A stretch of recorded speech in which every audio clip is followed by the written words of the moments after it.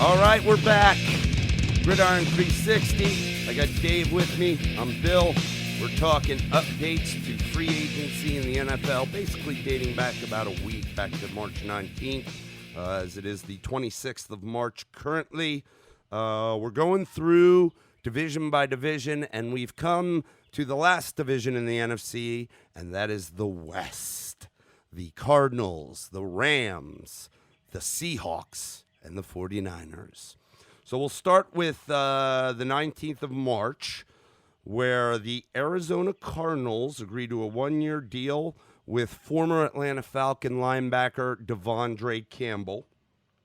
And this continues to bolster the Cardinals' linebacking core, as they did sign Devin Kennard, I think about a week prior, another linebacker. So they're bolstering that linebacker core. We know they had the big splash with Nuke Hopkins. They've got, even though he's long in the tooth in Larry Fitzgerald, now they got probably the two best the two best pairs of hands in the NFL. Yep. And mind you, they got Christian Kirk sitting out there too. Yep. So. And they got young quarterback Kyler Murray. So they're making some moves over there, and we've said, the arrow is definitely starting to point up, and they continue to build on that. Yep, I think it's a team to watch next year. Again, tough division to be in, so temper some of the we're going to the Super Bowl, winning the division, but they're going to be in games, and that can make them dangerous because they were in games last year, even though their record wasn't fantastic. I don't think they really had much at all last year on either side of the ball. Yep. So it was. You're right. They were in some games last year, and you could see Kyler Murray at quarterback did not seem to be like he was very comfortable all season long. Probably a lot of that has to do with the fact that they brought in, a new head coach too that ran the same type of stuff in college at Texas Tech and Kingsbury, was familiar with Murray, same conference, and it was just that similarity made it an easy transition. I think Murray seemed very comfortable, and I think he'll just build. They'll be an interesting team to watch. Yep. Also on that day, the 19th, that was the day the Rams officially released Mr. Todd Gurley. I think it freed up like 19.5 or something like that in cap space. It was a large number, wasn't it? No, maybe that was over the life of the contract because I think they only got about like $5 or $6 million in savings this year. Yeah, and that's at the same time they also released linebacker Clay Matthews. Yeah, I'm gonna be honest with you. I thought he sucked before that. Yeah, well, that's just because you're a always Bears fan. I always hated him for his whole career. Don't like him. All right, we'll move on. Let's see. His hair doesn't look as shiny as it used to. Right. Okay. Not using, what was it, the Head and Shoulders? Yep. Let's see. Didn't see much from this division on the 20th of March. Then on the 21st, we see Arizona. They signed running back Kenyon Drake to an $8.4 million tender.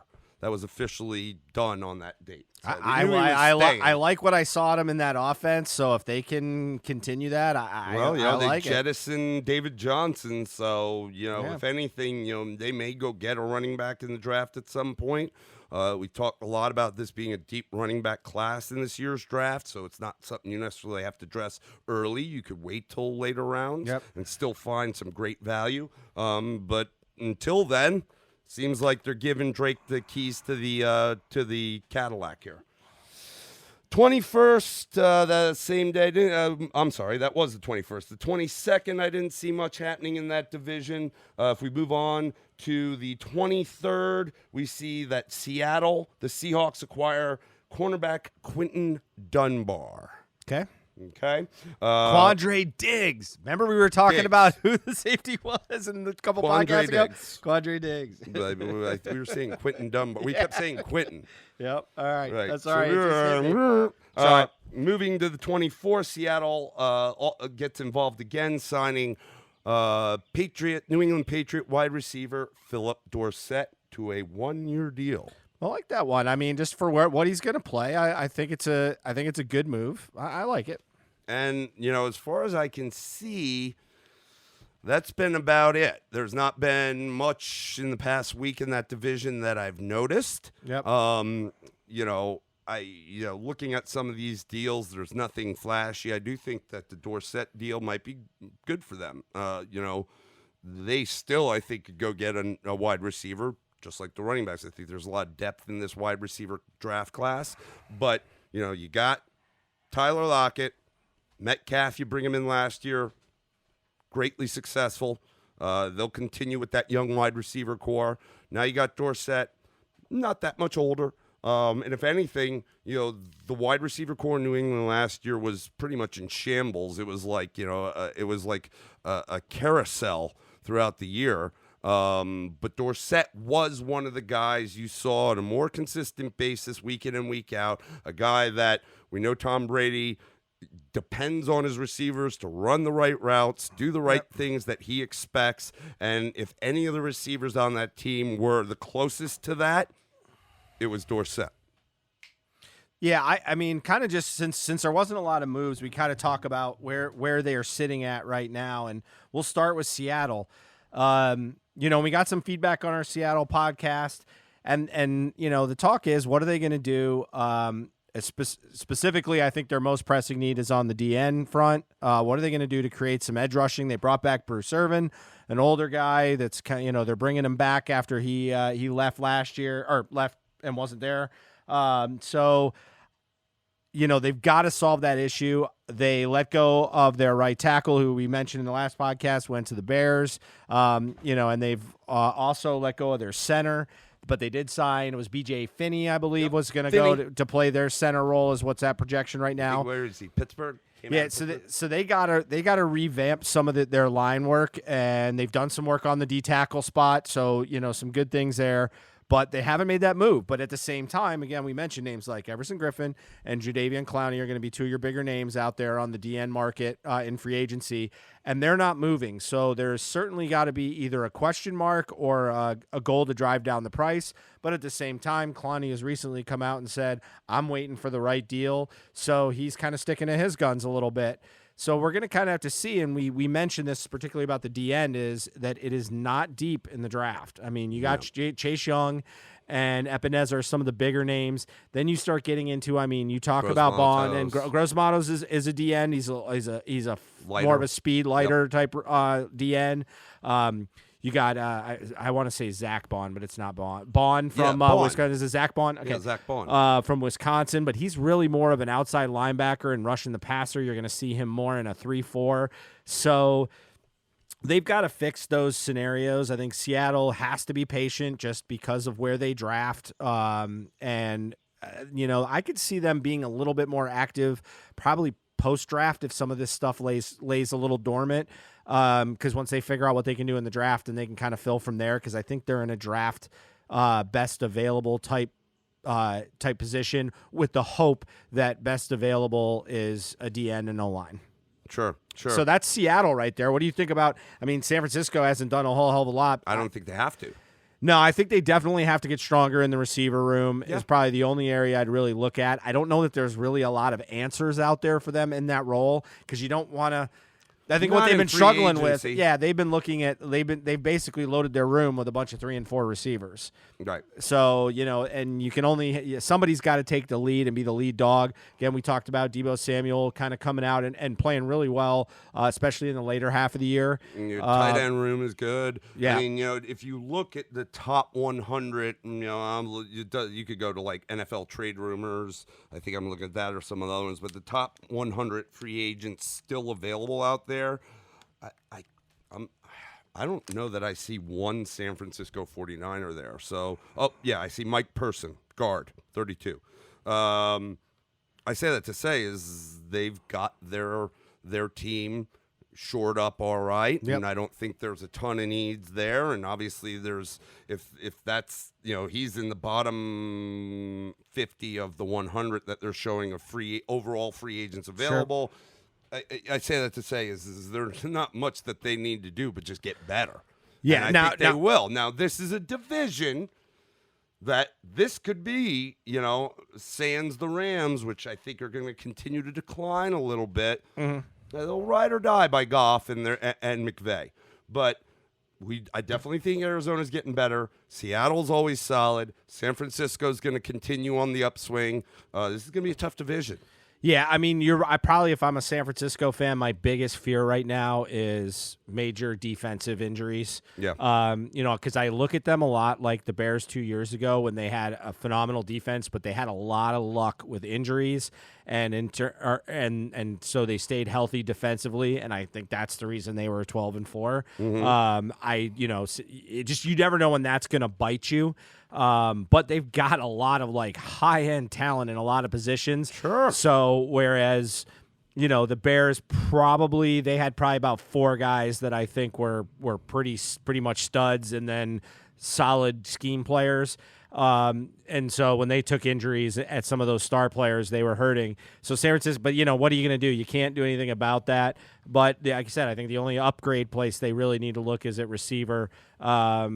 Because I think they really need, even if they get a number 2 that ends up playing a number 1, they need to get something. So maybe that's where they are at the end of the first round. Maybe they reach a little bit for a second round receiver. Yeah, they could. Because I don't think the receivers are that bad coming out this year. No, man. I mean,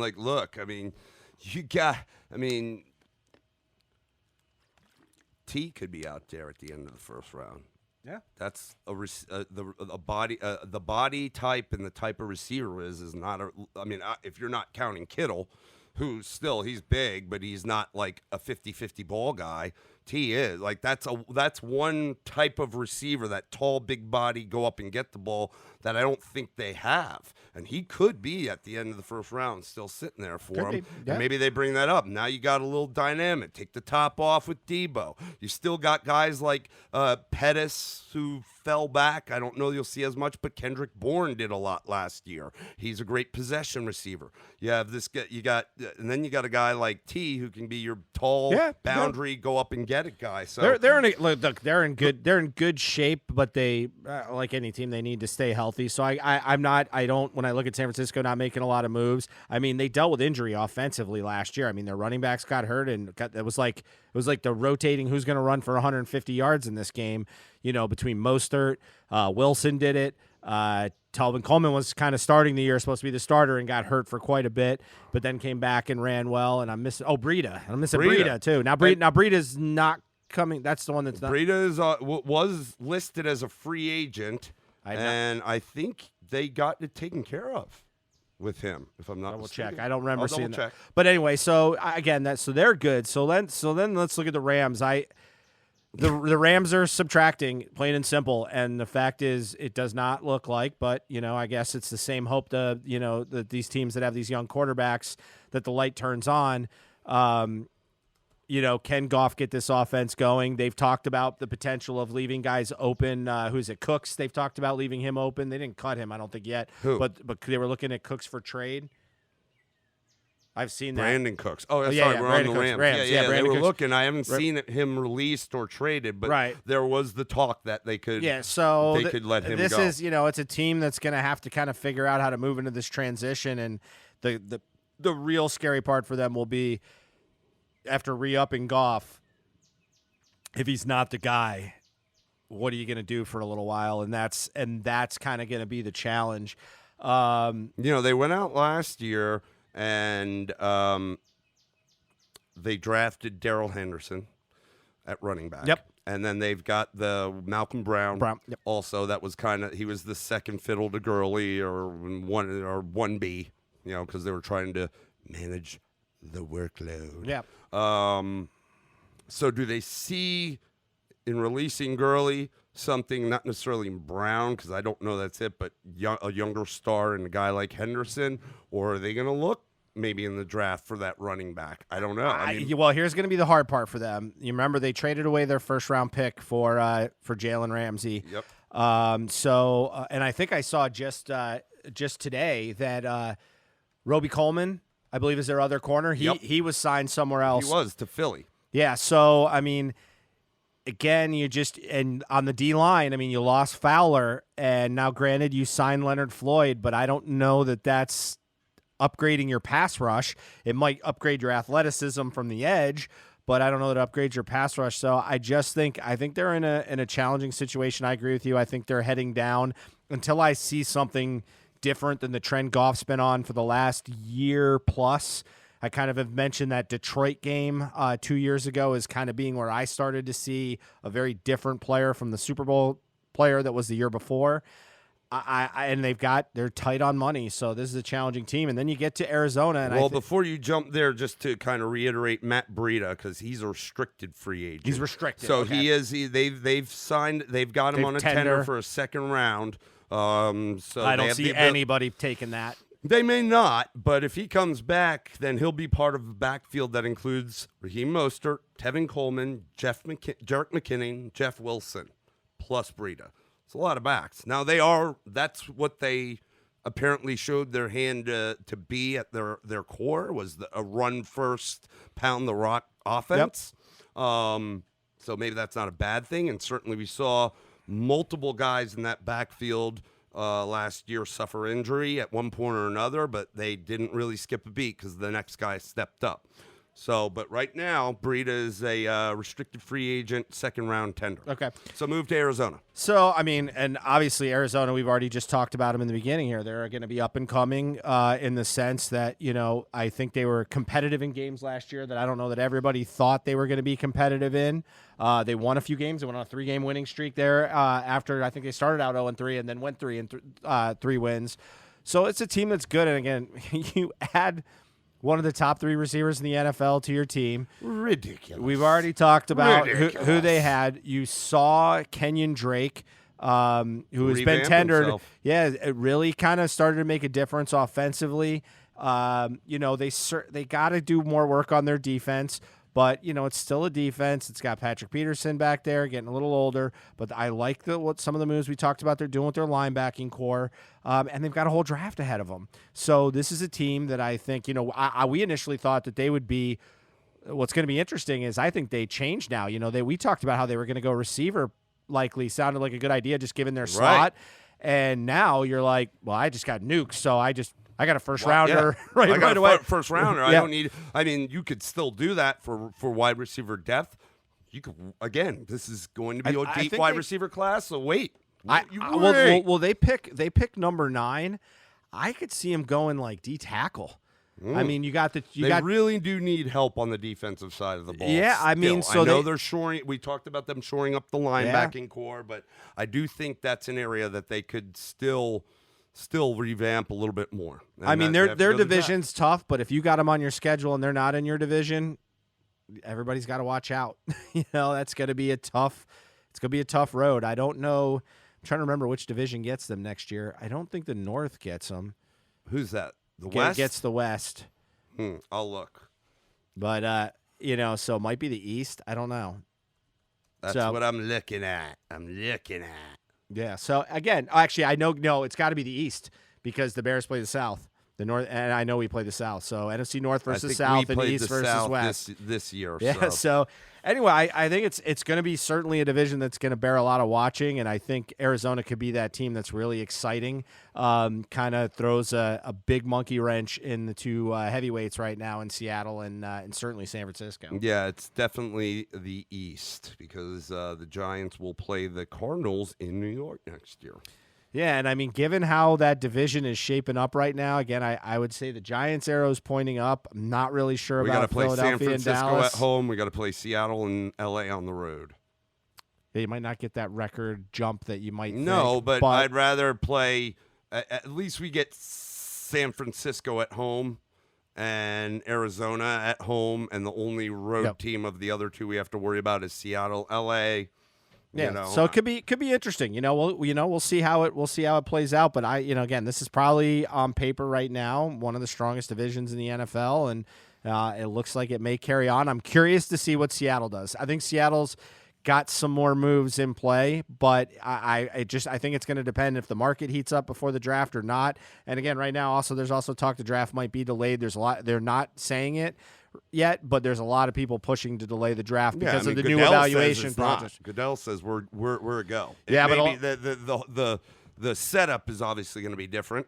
There's not going to be that in-person stuff, but a lot of people still do believe they're going to delay it. But Goodell Yeah, says well, it's I mean, I think what's coming out is the teams are like, look, we're having to do a whole different level of evaluation now because now you're relying solely on tape, which, well, they have access to all this.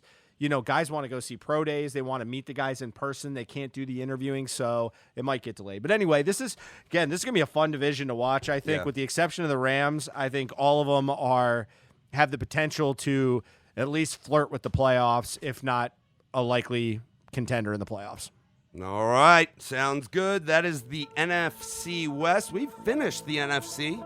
Move on to our AFC divisions next. And thank you for listening. We'll see you next time On the gridiron. See you.